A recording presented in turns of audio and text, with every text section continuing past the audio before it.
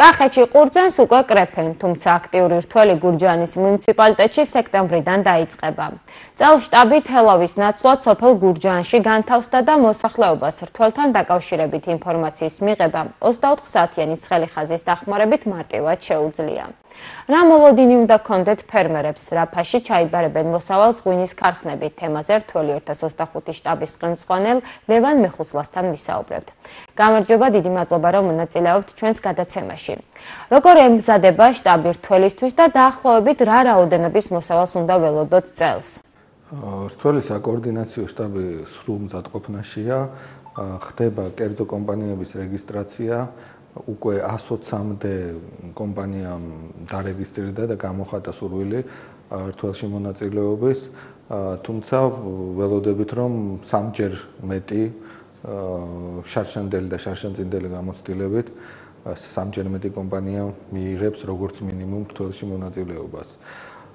წელს დაახლოებით იმ რაოდენობის მოსავალს ველოდებით როგორც შარშან შესაძლოა გარკვეული ამინდის და კლიმატური პირობების გამო ოდნავ ნაკლები მოვიდეს, რაც კახეთის მასშტაბით დაახლოებით 250,000 ტონაა. უფრო დეტალურად რომ განგვიმარტოთ, წელს კერძო კომპანიებზე სუბსიდია რომ აღარ გაიცემა, რა შეიძლება, ხომ არ გამოიწვევს ეს წინა წელთან შედარებით ყურძენზე ფასის კლებას? წლევანდელი სქემა გათვლილია იმაზე, რომ დაფასდეს მაქსიმალურად მევენახის შრომა, მათ შორის უფრო დაფასებული იყოს ის ხალხი, ვინც კონდიციურ ჯანსაღ ყურძენს მოიყვანს. ფასები, მინიმალური ფასები განსაზღვრულია საქართველოს მთავრობის განკარგულებით, შესაბამისად ამ მინიმალურ ფასებზე ქვევით ყურძნის ფასის ჩასვლა არ მოხდება, ვერ მოხდება.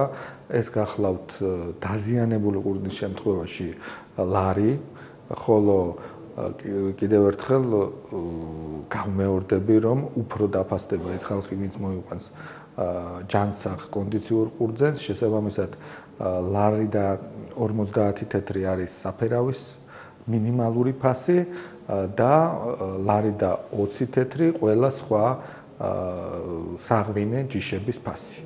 გავრცელებული ინფორმაციით კერძო კომპანიებს ჯერ კიდევ გასაყიდი აქვს წინა წლის ღვინო. ხომ არ არის მოსავალდნელი, რომ მათგან წელს ყურძენზე დიდი მოთხოვნა აღარ იყოს, ან ამის გამო ყურძენი მაღალ ფასში აღარ ჩაიბარონ? კი, ჩვენ წინასწარ გქონდა გარკვეული საპროგნოზო გამოკითხვა და კერძო სექტორი აპირებს აქტიურობას, აპირებს საკმაოდ უმეტესი აი ჩემს მიერ ნახსენები საერთო მოსავლიდან უმეტესი ყურძნის დაბინავება, გადამუშავებას.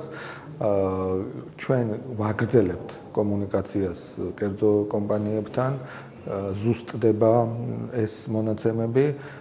შესაბამისად, ვფიქრობ, რომ ნებისმიერ შემთხვევაში ყურძენი არ დარჩება ჩაუბარებელი. დიდი მადლობა, რომ მიიღეთ ჩვენს გადაცემაში მონაწილეობა, წარმატებას გისურვებთ. გვესაუბრებოდა რთველი 2025 შტაბის ხელმძღვანელი ლევან მეხუძლა.